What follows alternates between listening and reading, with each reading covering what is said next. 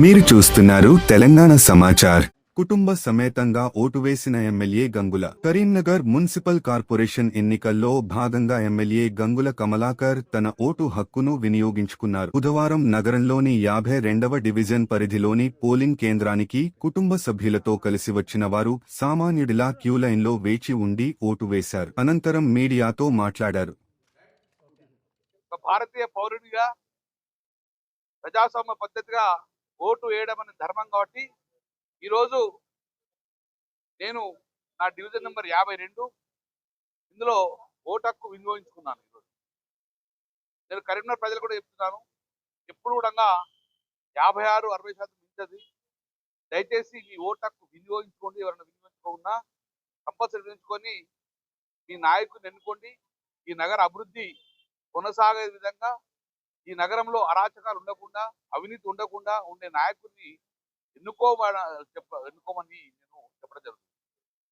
ముఖ్యంగా చాలా రాజకీయాలంటే భయమేసే పరిస్థితి వచ్చింది. ఈరోజు నేను 27 సంవత్సరాలు రాజకీయాలకు వచ్చి 27 సంవత్సరాల్లో ఇలాంటి ఎన్నికలను ఎన్నడూ చూడలేదు. నా జీవితంలో చూడలే. బహుశా రాబోయే కాలంలో ఎన్నికలకు మన రాజకీయాలు రావాలంటేనే భయమేసే విధంగా ఈరోజు కరీంనగర్ పాలిటిక్స్ జరిగింది. ఎంత విచ్చలవిడిగా డబ్బులు ఎంత విచ్చలవిడితనంగా డబ్బులు స్పెండ్ చేస్తున్నారు. ఓటుకు ఎంత ఇస్తాను, అసలు ఓటుకు ఇంత ధర అనేది లేకుండా ఉన్న డివిజన్లు ఉన్నాయా? ఒక్కొక్క పేపర్ యాడ్ చూస్తే భయమేస్తుంది. అంటే రాజకీయాలలో మేము ధనం సంపాదిస్తాము, అక్రమధనం సంపాదిస్తాము, ధనాన్ని రాజకీయాలకు పెంచిస్తాము, మేము ఏం అభివృద్ధి చెయ్యము, అభివృద్ధి చెయ్యలేదు, మేము మళ్ళీ అభివృద్ధి కూడా చెయ్యము, కానీ ధనాన్ని విచ్చలవిడిగా ఖర్చు పెడతాము. ఎన్నికలు అనేది చాలా భయాందోళన గురి చేస్తున్నది. ఇదేదో రాజకీయంగా మాట్లాడతలేడు. కరీంనగర్ నగరంలో కూడా విచ్చలవిడిగా మద్యం, విచ్చలవిడిగా డబ్బు వెదజల్లుతున్నారు. ఇది ఎటు పోతుంది?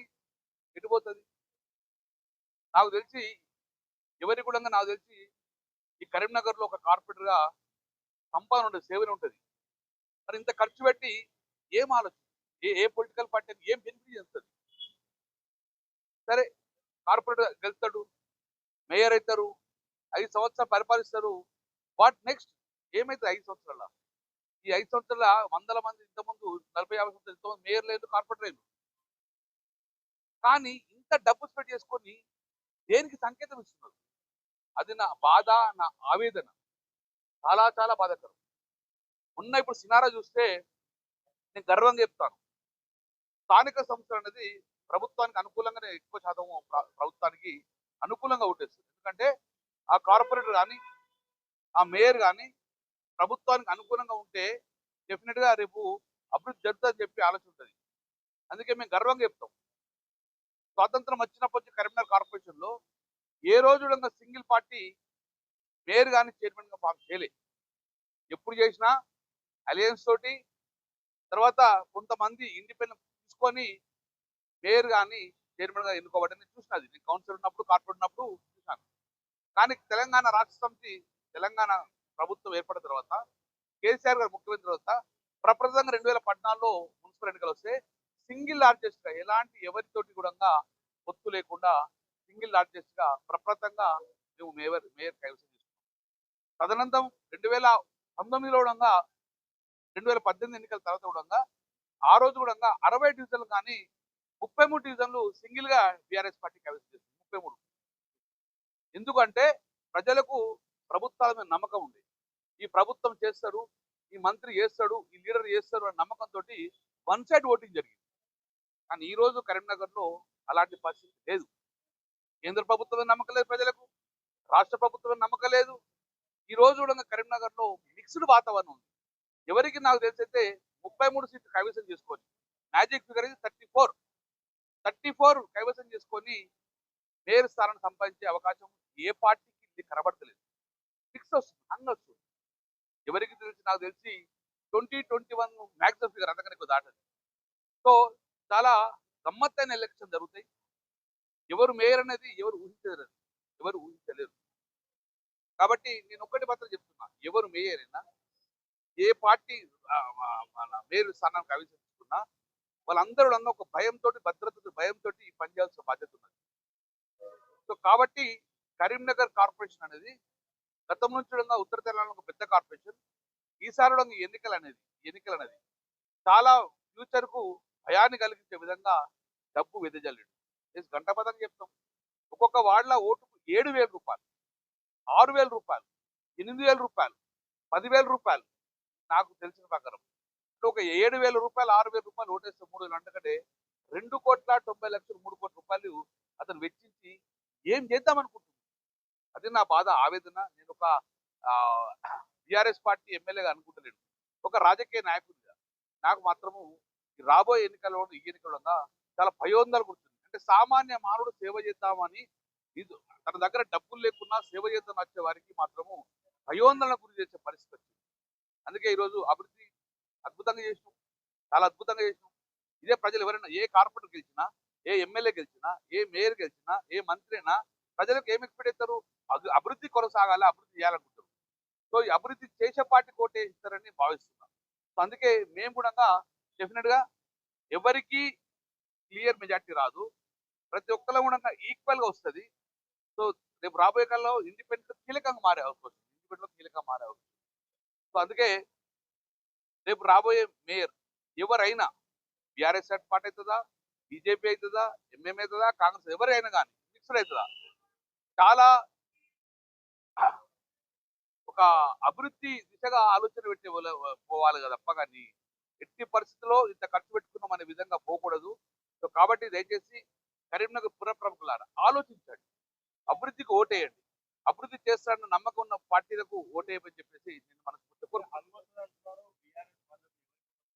టీఆర్ఎస్ కి చాలా మంది మద్దతు ఇస్తారు కదా, 100%. మేము క్లియర్ గా ఘంటాపథంగా కరీంనగర్ లో 40-50 సంవత్సరాలలో జరిగిన అభివృద్ధి బీఆర్ఎస్ పార్టీ చేసింది.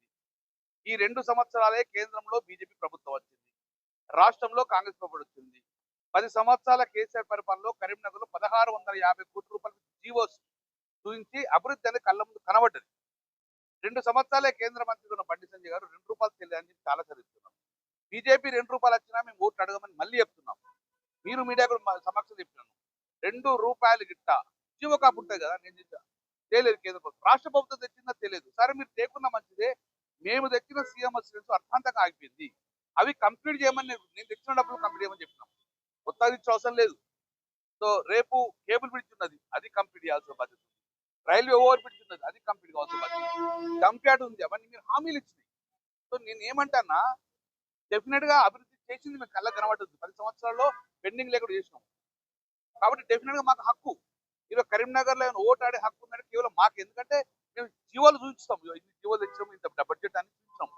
జీవోలతో పాటు కరీంనగర్ లో మన కళ్ళ ముందు సజీవ సాక్ష్యంగా ఉన్నాయి ఈ రోడ్లన్నీ కూడా. తెలంగాణ వచ్చినాక ఇవన్నీ రోడ్లు అయినాయి. తెలంగాణ వచ్చిన 40-50 సంవత్సరాల్లో మట్టి రోడ్డు సిమెంట్ రోడ్ చేసినాము. ఇది ఎక్కడికి ఏనవడంగా డిఫరెంట్. కాబట్టి అభివృద్ధి మేము చేసినాం కాబట్టి మాకు మేయర్ స్థానాలు కల్పించమని చెప్పి కూడా మా ప్రధాన డిమాండ్. కావచ్చు, బీఆర్ఎస్ వాళ్ళు ఇద్దరు కావచ్చు, మేము ఎవరితో పొత్తు లేదండి. క్లియర్ గా చెప్తున్నాం, 100 చెప్తున్నాము. మేము ఈ 2 పార్టీలను తిరుగుతూనే ఉన్నాం. ఎందుకు? కేంద్రం నుంచి రూపాయి రాలి, బీజేపీ ప్రభుత్వం యొక్క బాధ్యతరా కాదా చూపించండి. సో బీజేపీ ప్రభుత్వం కూడా ఈ కరీంనగర్కు మొండి చేయి. రాష్ట్రం నుంచి రూపాయలు చూసుకున్నాం, రాష్ట్రం నుంచి కూడా 2 రూపాయలు చూసుకున్నాం. ఏది వచ్చినా కూడా డాక్యుమెంట్ ఎవిడెన్స్ ఇవ్వ ఉంటుంది. ఏది మరి? సో ఈ 2 పార్టీల కరీంనగర్ నగర అభివృద్ధి విఘాతం కలిగింది. మేము డెఫినెట్ గా మేము అభివృద్ధి చేసినాం కాబట్టి వాళ్ళు 2 దూరమే ఉంటాం. మేము డెఫినెట్ గా మా పార్టీ స్టాండ్, మా అధినేత కేసీఆర్ గారు, మా కేటీఆర్ చెప్తారు. మేము ఎన్ని ఫిగర్ వచ్చిన మేము కీలకంగా మారే అవకాశం ఉంది. కీలకంగా మా ప్రధాన డిమాండ్ కాంగ్రెస్ ఎంఐఎం బీజేపీకి ఏది, బీజేపీ కాంగ్రెస్ ఎంఐఎంకి ఏది, మీరు మాకియండి, మేము మేయర్ కలిసి తీసుకుంటాం. మా ప్రధాన డిమాండ్ అది.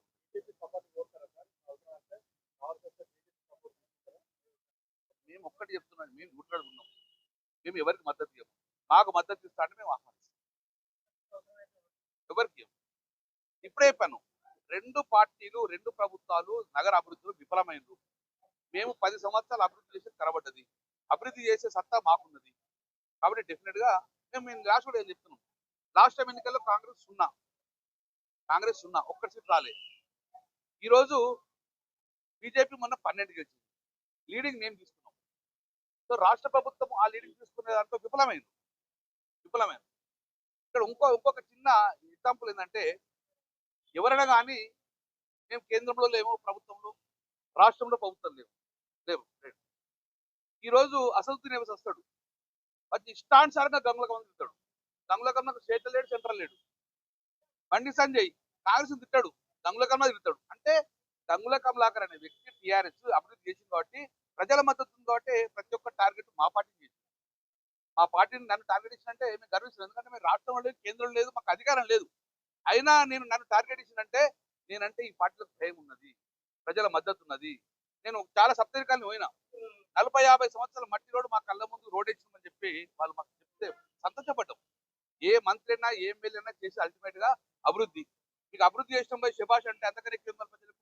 నేను అదే కోరుతున్నా. ఈ బీఆర్ఎస్ బీజేపీ కానీ కాంగ్రెస్ కానీ లక్షల కోట్లు ఇచ్చి యాడేజ్ కాదు, లక్షల కోట్లు తెచ్చి రోడ్ వేయమంటారు. యాడేజ్ రోడ్ వేయమంటారు. ఆ రోడ్ చూసుకోమన్నా మీరు యాడ్ కనబడ్డది బ్రహ్మాండంగా, కాంగ్రెస్ బొమ్మలు, బీజేపీ బొమ్మలు కనబడ్డది. ఈ బొమ్మలు పేపర్లో కాదు, ఈ బొమ్మలు రోడ్ల మీద ఒక రోడ్ వేయమంటారు. అది మేము కోరుకున్నాం. మేము వేసిన రోడ్డు చూస్తాం, మీరు వేసిన రోడ్డు చూస్తాం.